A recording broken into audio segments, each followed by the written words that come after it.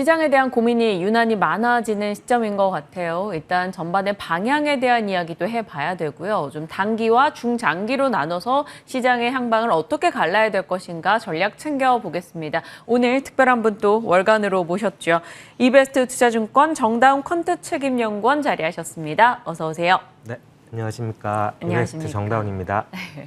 사실 오늘 밤사이 들려왔던 뉴욕장 소식만으로도 질문드릴 게 한가득이고요. 또 관련해서 잭슨홀 미팅 연설 앞두고 있다 보니까 그 질문도 드릴 게 많습니다. 일단 밤 소식 먼저 살짝 점검을 해보면 FOMC 앞당겨야 한다라는 이 연준 의원들의 발언, 특히나 내년 FOMC의 투표권을 가진 이들의 발언이 나오면서 시장에선 조금 투자 심리 위축이 나오는 뉴욕장 흐름이었고요. 여기 아프가니스탄 테러 소식이 들러왔습니다. 이게 또 외환시장에도 영향을 줄 거라서 이거 단기적으로 저희 어떻게 해석을 해야 되죠?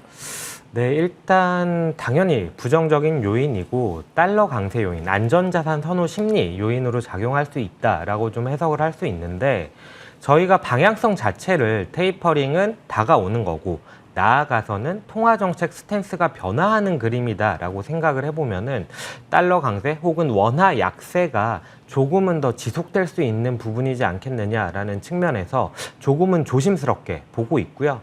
물론 테러라는 게 큰 이슈가 되진 않을 수도 있습니다. 하지만 과거 사례를 생각해 봤을 때 언제나 조정은 작은 단초에서부터 시작이 됐던 경험들이 있기 때문에 조금은 조심스러운 입장에서 접근을 해야 되지 않나라고 좀 보고 있습니다. 네.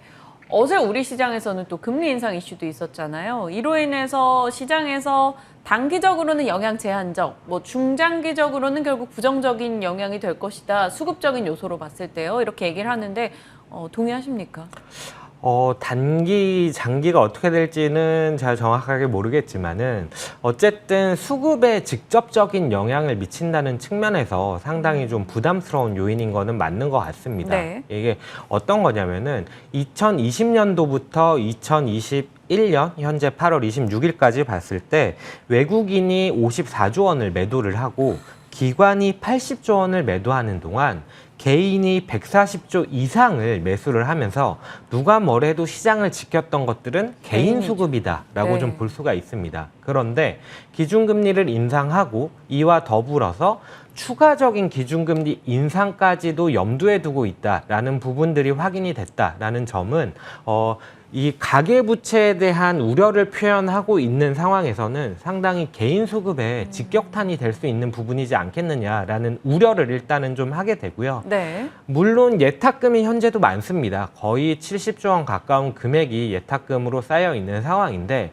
이 부분에 있어서 변화가 있지는 않을지 반드시 좀 체크를 해봐야 되는 부분이다라고 좀 말씀을 드리겠습니다. 네.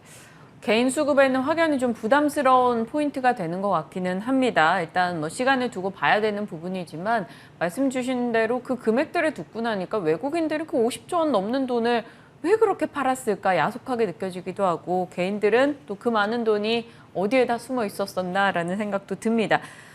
일단 금리 인상 이슈 살펴봤고요. 잭슨홀 미팅은 시장에서 한가는 그냥 소문난 잔치에 그칠 거야 이렇게 다들 기대하고 바라보는 만큼 그렇게 충격적인 발언이 있지는 않을 걸 이런 얘기들도 나오더라고요. 네, 잭슨홀 미팅의 성격을 생각해 보면은 학술 미팅입니다. 학술 미팅인데다가 코로나 이슈라든지 이런 부분들 때문에 기존의 일정이 상당 부분 축소되어서 진행이 되기 때문에 특별히 미국의 통화 정책에 대해서 얘기를 하기에는 시간상으로나 일정상으로 봤을 때 큰 이야기가 없지 않을까라고 좀 생각을 하는 게 대부분의 시장 컨센서스이고요. 다만 그럼에도 불구하고 조금은 조심해야 되는 부분은 이런 이슈가 있기 때문에 이렇게 컨센서스가 별 얘기가 없을 거다라고 생각을 하기 때문에 오히려 어떤 테이퍼링이나 통화 정책에 대한 변화의 단초를 제시를 하게 된다면은 시장은 보다 크게 충격을 받을 수 있고 방향성 측면에서는 역시나 테이퍼링, 통화정책 스탠스 변화라는 부분이 예정이 되어 있다 보니까 그 잭슨홀 미팅에서 큰 이야기가 없다고 하더라도 이게 시장을 상승시킬 만한 안도 랠리를 끌고 갈 만한 이슈가 되기는 좀 어렵지 않을까 판단을 하고 있습니다.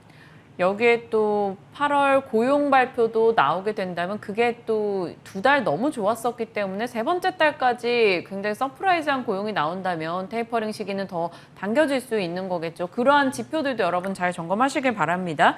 자, 하반기에 저희 국내 시장에 남아있는 변수를 꼽으라고 한다면 어떤 게 있을까요?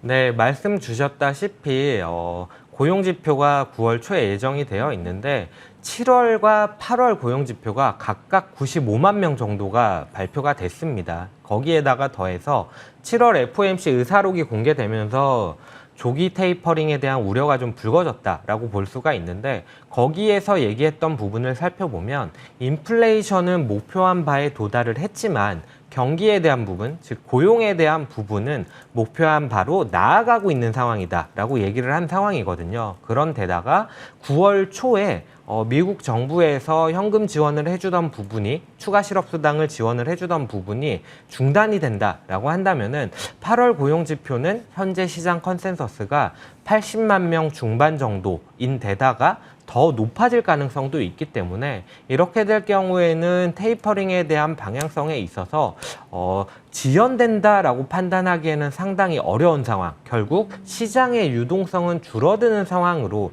줄어드는 건 아니죠. 다만 유동성이 늘어나는 크기가 감소하는 상황으로 나아가는 게 아니냐라는 부분에서 일단은 좀 부담이 되는 거고요.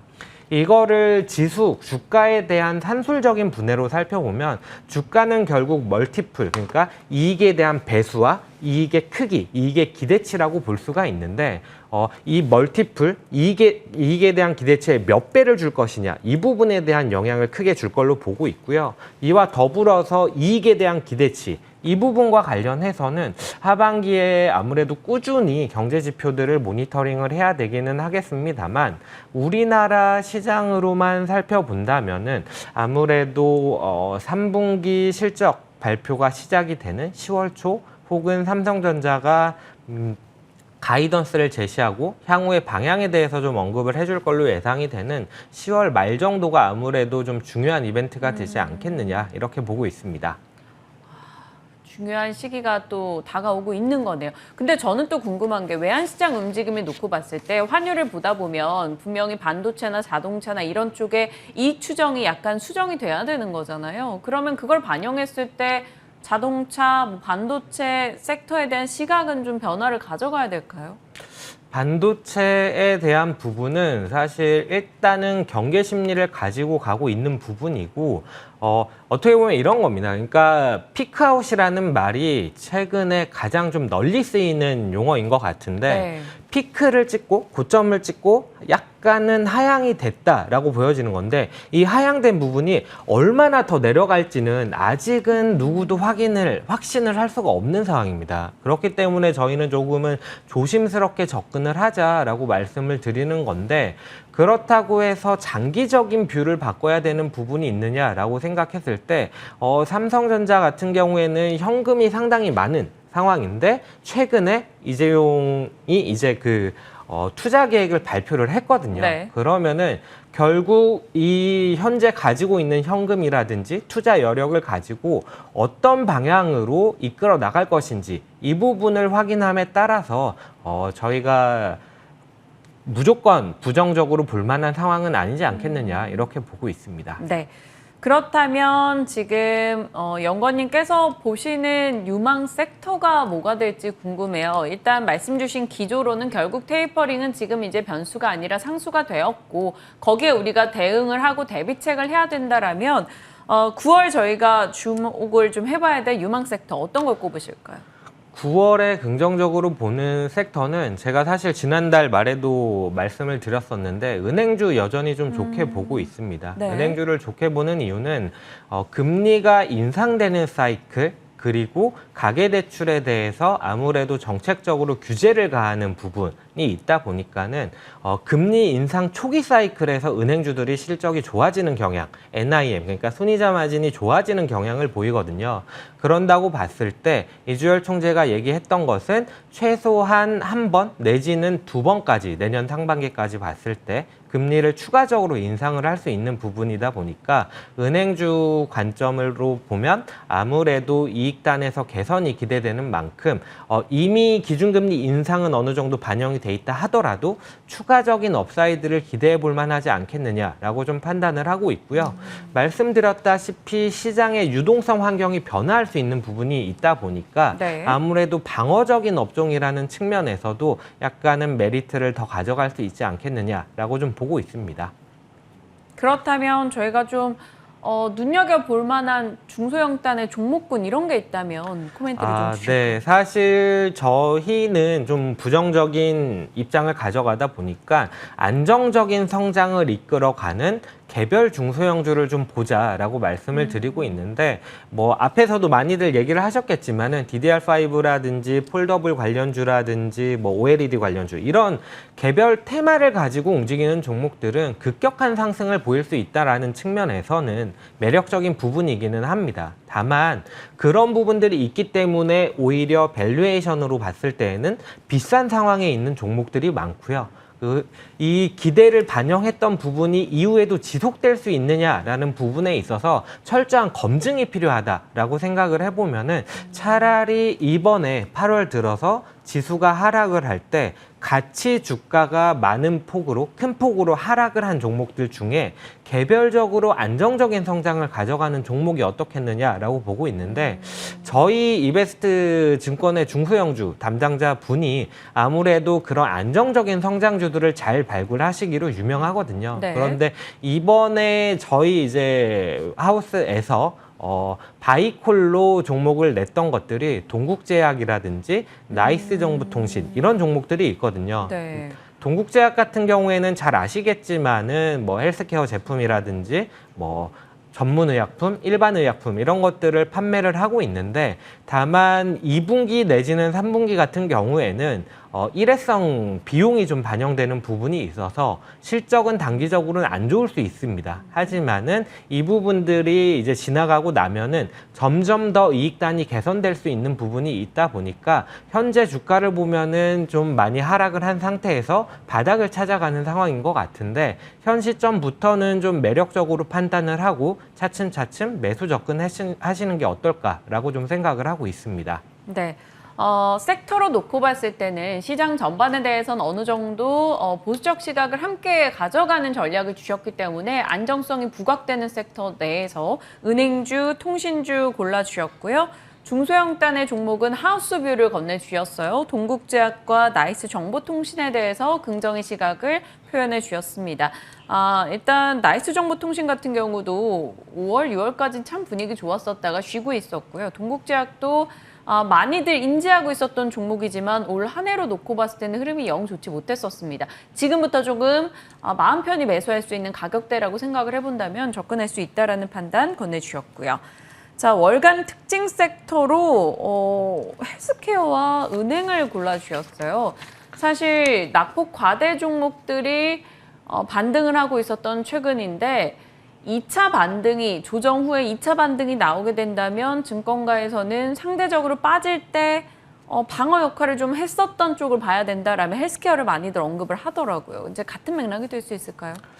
네, 일단 8월 시장으로 보면은 전형적인 개별주 시장이었다라고 보여지는 부분이고 헬스케어가 긍정적인 수익률을 기록한 건 역시도 같은 맥락에서 좀 살펴봐야 됩니다.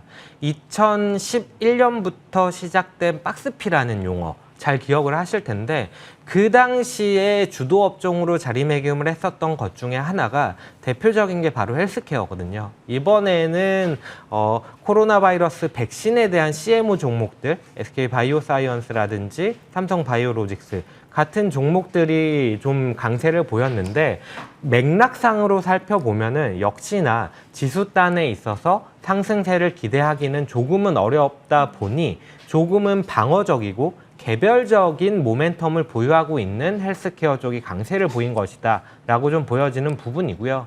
은행 같은 경우에는 카카오뱅크가 상장을 하면서 큰 폭으로 상승세를 이어갔습니다. 물론 이제 MSCI 지수 편입 이슈라든지 이런 부분들이 있었기는 합니다만 그리고 그 이후에는 주가는 약간은 조정되는 모습을 보이고 있기는 합니다만 카카오뱅크가 주도하면서 은행주 전체의 그 업종지수 수익률을 끌어올렸다라고 보여지는 부분인데, 다만 이런 부분들이 언제까지 지속이 될 것이냐라는 부분에 있어서는 사실 현 시점에서 이런 종목들을 따라가기는 조금 어렵지 않겠느냐라고 보고 있습니다.